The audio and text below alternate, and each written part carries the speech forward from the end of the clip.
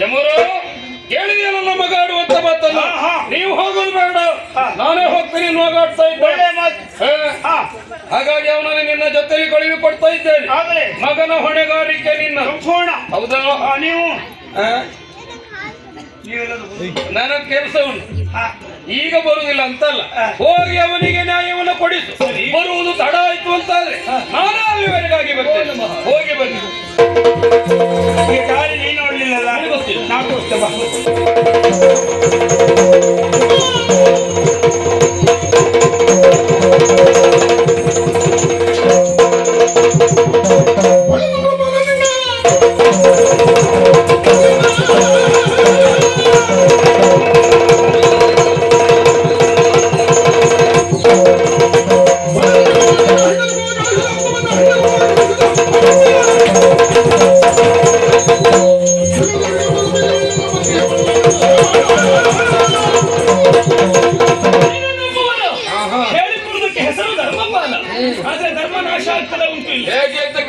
ಅಧರ್ಮತನದ ಆಟವನ್ನು ಆಡಿ ಧರ್ಮವಂತನಿಗೆ ಅನ್ಯಾಯವನ್ನು ಎಸಗಿದ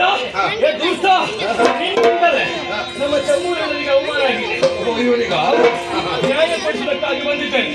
ಕಳೆದುಕೊಂಡ ಪೀಠವನ್ನು ಕೊಡುವವರಿಗೆ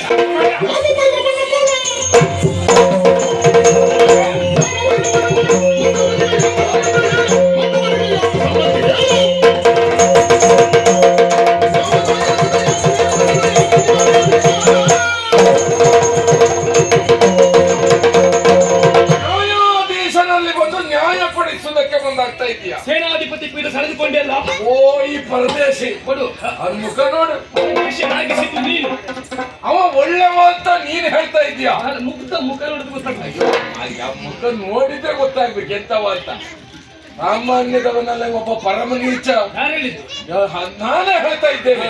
ಪರಮ ನೀಚ ಅವನ ನೀನೇ. ಇವನಿಗೆ ನ್ಯಾಯ ಕೊಡಿಸ್ತೇನೆ ಎನ್ನುವ ಉದ್ದೇಶದಿಂದ ಇದ್ದ ಮಧ್ಯಲ್ಲ. ಅವನಿಗೂ ನಿನಗೂ ಸಂಬಂಧ ಏನು? ನ್ಯಾಯಕ್ಕಾಗಿ ಬಂದದ್ದೇ ಹೌದು ಅಂತ ಆದ್ರೆ ಕಟ್ಟೇನೆ.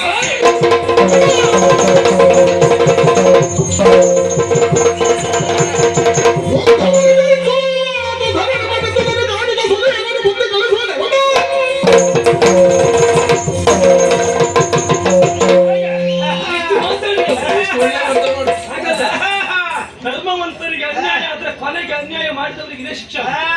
ಧರ್ಮವಂತವ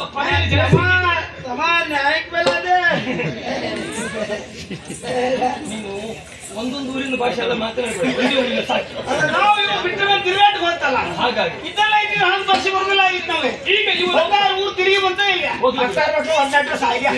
ಭಾಷೆ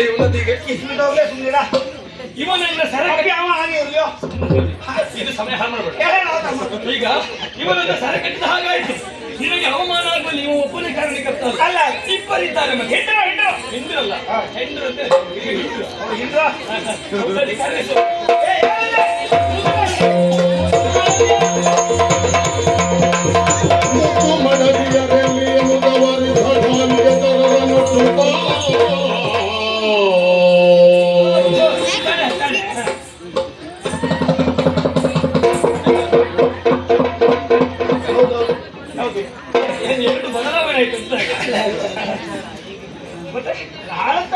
ಬಿಟ್ಟು ಕೆಲವು ಅಂಶದಿಂದ ಈಗ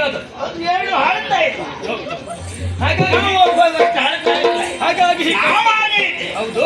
ಆದ್ರೆ ಇವರಿಬ್ಬರನ್ನ ಕುಳ್ಳಿರಿಸಿದ ಹೇಗಾಯ್ತು? ಅಶ್ವತ್ಥನ ಗಟ್ಟಿಯಲ್ಲಿ ನಾಗ ಪ್ರತಿಷ್ಠಾಪನೆ ಮಾಡಿದಾಗ ಈಗ ಮಹಾರಾಜ ನಾಗನ ಶಿಲೆ ಇದ್ದಾಗ ಹಾಗೆ ಅಕ್ಕಪಕ್ಕದಲ್ಲಿ ಯಕ್ಷಿ ಮೊಳಲಕ್ಷಿ ಇದು ಯಕ್ಷಿ ಇದು ಮೊಳಲಕ್ಷಿ.